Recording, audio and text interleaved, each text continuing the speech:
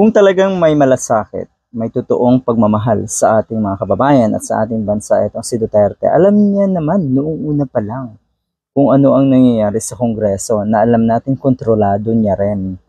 Pero ngayon nga lang siya nagsasalita dahil sa kanyang anak, dahil sa ginawa ng Kongreso na pagtanggal ng confidential funds ng Office of the Vice President at syempre ng DepEd. So kung talagang may totoong malasakit siya sa ating bansa, edi sana noon pa siya nagsasalita. So dito, maliwanag na ang kanyang gustong isave ay ang kanyang anak lang. Ganun naman yun. Okay?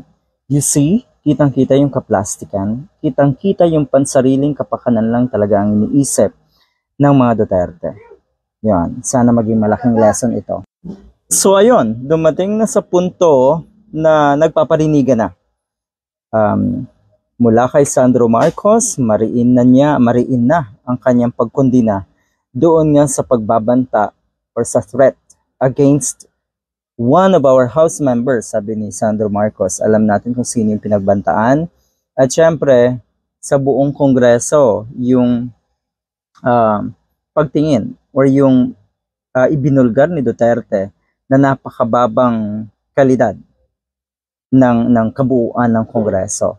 Umabot na rin po sa punto na nagre-resign na ang mga miyembro at officers ng PDP laban ni Duterte. So yan po ang nangyayari na ang ibig sabihin, malayo talaga doon sa tinatawag nila na unity, yung kanilang ipinagmamalaki noong panahon ng kampanya. Wala na pong unity, noon pa man din. Ang unang nakita natin ay kaplastikan. Okay, nagpaplastikan lang po yung mga yan. Ang ibig kong sabihin, nagpapakiramdaman or nakikiramdam sa posibleng ikilos ng bawat isa. Di ba nga, minsan yung totoong magkakaaway, sila talaga yung closer, mas malapit sa isa't isa. So ayan, nakikita natin, sila talaga yung totoong magkalaban. Sila talaga yung totoong magkaaway. Anong sabi ni Marcos, ni Sandro Marcos? During the break, there were threats against one of the House members and the House itself. So may pagbabanta talaga sa Kongreso.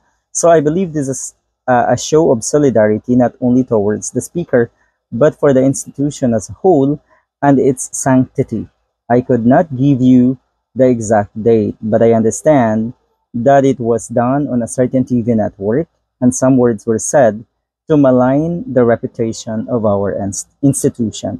So yan, siguro naman ay natatandaan natin yung pahayag na ito ni Duterte sa isang TV station na puro fake ang binabalita. At isa nga sa mga miyembro ng PDP laban ay nag-resign na rin. Ito pong si Representative Gonzales. Sabi niya, the one who uttered the word is our chairman from PDP Laban. Before I will answer, I will resign now as member and officer of PDP Laban. Okay.